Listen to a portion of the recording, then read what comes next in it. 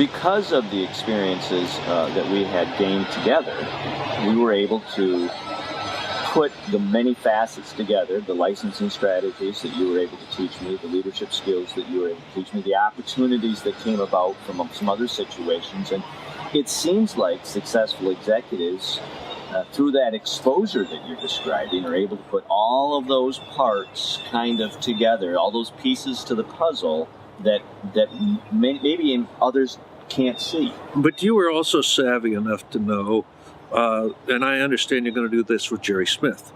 Jerry Smith had skills that I did not have that you needed.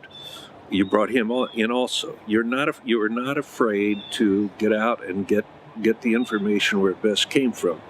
I think that's something you were born with. You know, what's interesting, Jack, is that you're describing experiences in which I was able to bring people with more business experience than what I had the opportunity to become involved with, and I've been attracted to those kind of individuals during my career.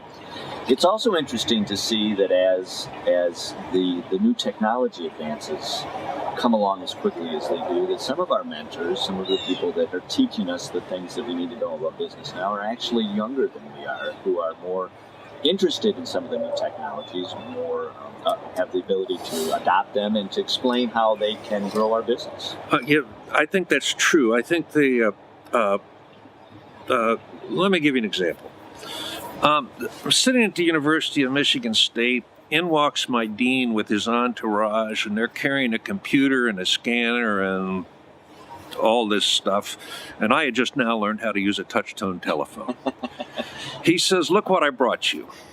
I said, "Dean, I don't use a computer."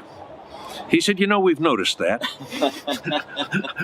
I said, "But upstairs, I don't need it down here. Upstairs is a laboratory, is the computer laboratory.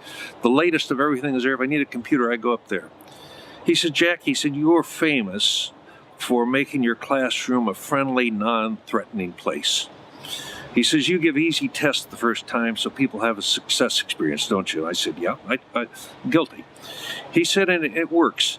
But he said, "When you go upstairs into that computer room, you are in your 40s and you're with kids in their teens and early 20s who've been doing this since they were 5 years old, and they run rings around you. They make you feel bad. That's a hostile environment for you. So you need to work out your frustrations in your office before you go up there. Sometimes it takes a little pushing to get people to recognize new technology. It's my observation, though, that a lot of the young people who have these skills don't have the social skills to get them integrated into business.